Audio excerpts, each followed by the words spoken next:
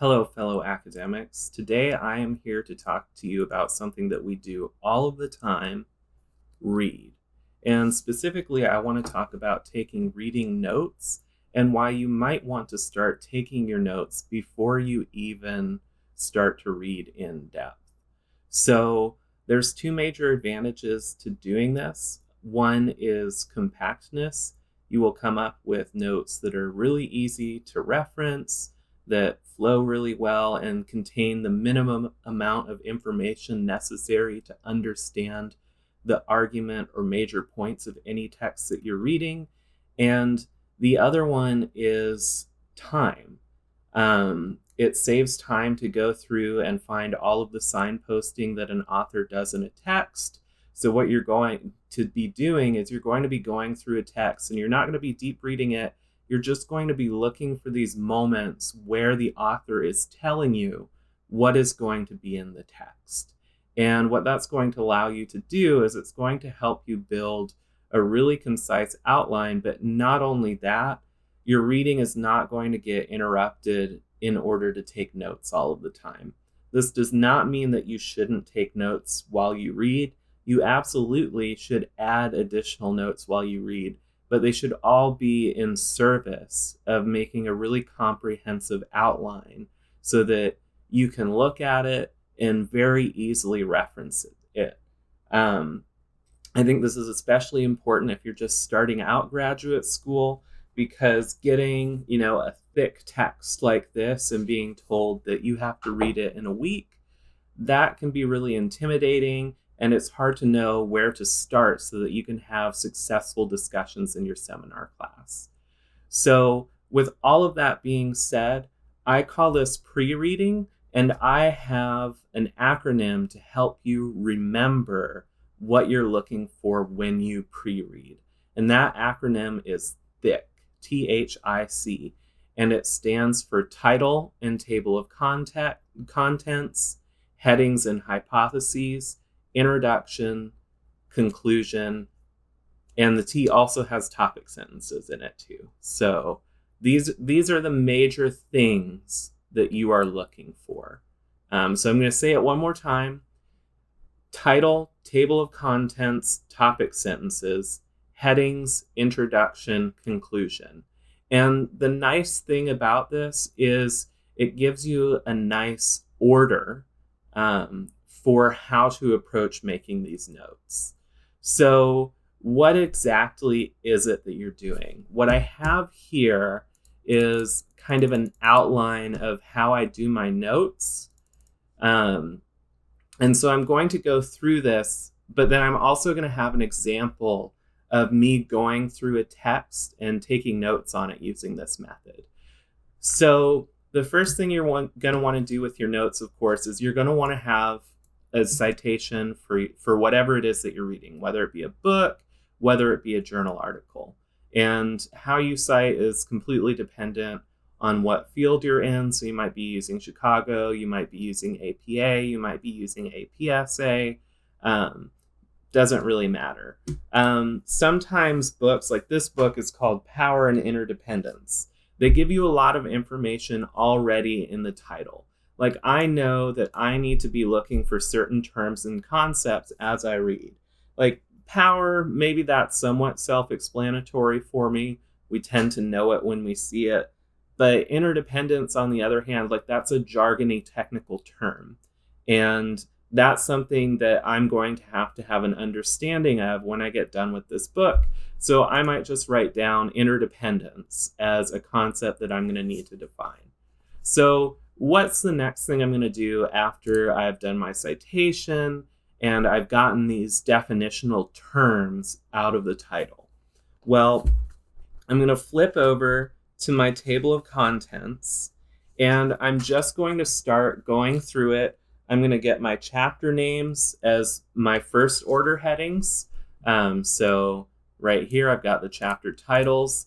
And then some table of contents do what this one does, where underneath that chapter title, it's got the name of a whole bunch of different sections, or the titles of different sections that are going to be inside of that chapter. And so that's these second order bullet points that are going to be on here. So you have your chapter title, and then you have the major headings that are going to be inside of that chapter. And then, so we've done title, we've done headings.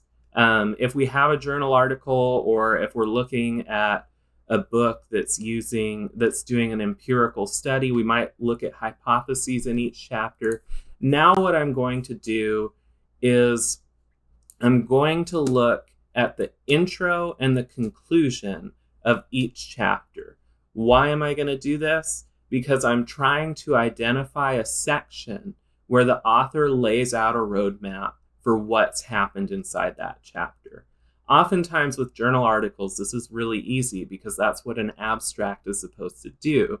But outside of even an abstract, journal articles will usually have something in the introduction that maps what's about to come, or something in the conclusion that maps what happened. And so this is where you might get more of these major topics. And these are just things that you're going to have to expand upon. These are the major points of the reading. Now, the next way that you get these topics is by looking at topic sentences. What is a topic sentence? It is the sentence in each paragraph that tells you what that paragraph is about. And usually it's one of the first two sentences. If you can't find the topic sentence just looking at the first two sentences of each paragraph, then you can get that when you start doing a deep read, if there's something inside of that text that you need in order to do your outline. So you're doing your topic sentences, and a lot of times you'll see that these topic sentences have lists, and I encourage you, if there's a list inside of one of those sentences, to just go ahead and go a little bit deeper and put your list items into your outline as well. So the last thing that you're going to do once you've gone through each one of these layers of this THIC acronym is you're going to go to the conclusion. And if you're trying to summarize some kind of empirical article, book chapter, or book, you're going to put your conclusions and results right there. So if there's statistical tests, you might say whether or not hypothesis 1, 2, and 3 were supported. Or, if it's a qualitative design, you might put what the important bullet points are in terms of the results. So what this does is, once I have this all mapped out, I have not read the text. I've just gone through, and, a chapter in this book is, let's see what the first chapter is.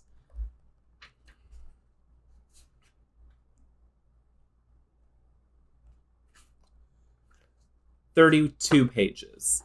So 31 pages.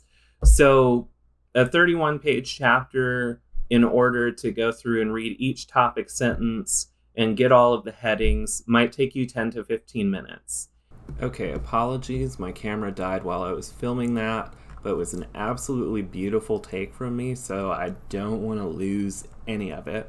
So as I was saying, you might have a book chapter that's 30 pages or a journal article, and when you do this pre-read, it might take you 10 to 15 minutes, but in the end, it's going to save you time. Why is it going to save you time? It's going to save you time on the one hand because you don't have to stop all the time while you're reading in order to take notes, so your flow isn't getting interrupted. You can read very naturally once you've done your pre-read. And also, it's going to be obvious as you go where you need to supplement this outline in order to have a full understanding of the text. And your goal isn't to get absolutely everything, it's to get the things that are necessary in order to understand the argument.